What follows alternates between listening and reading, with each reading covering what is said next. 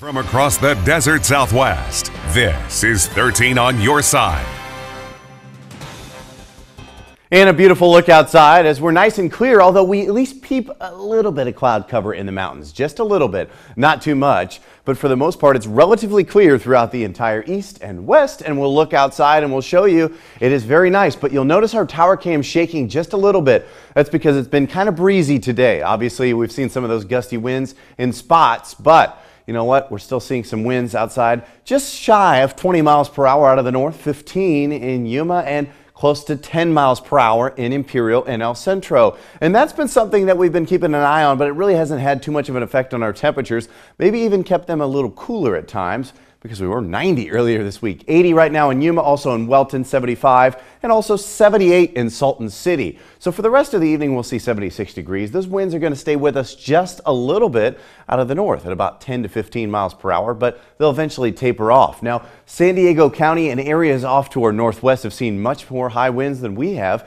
In fact, they're under a high wind warning. So if you're traveling on I-8, especially if you're a high-profile vehicle, keep that in mind. Wind gusts still continuing. I mean, all the way up to Los Angeles, and on the other side, we're seeing towards San Diego, now calming down. But why do we talk about this? Why are winds heavier in the mountains? And why are we seeing more in the way of wind gusts? And how does it warm the coast up? Look at these temperatures into the 80s. We're talking about 82 in San Diego, all the way up to 84 and 85 in Los Angeles. So for the most part, we've seen warmer air. Why has it been like that on the coast? Well, the Santa Ana winds. And here's how this works. We've got high pressure over our region. This thing's just sitting there, but look how the rotation is. This is in a clockwise direction, and that means that's where the winds are flowing. And we note the direction that this flows, and look how this is continuing to just feed off the desert into the mountains. Look, as it rolls over the top of the mountains, the air sinks, compresses, and warms, and that's why you see some of that mild air on the side of the coast versus the cool air that they usually get when you get those ocean breezes. So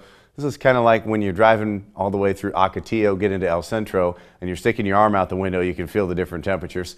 Kind of the same thing, because that's how the winds generally flow. And we'll see winds in our neck of the woods just about the same tomorrow, about north breeze at 10 to 15. Also on the other side of the mountains, we'll see more of that. We're going to see more warm air. So for tomorrow, we'll see 53 up to 83 degrees.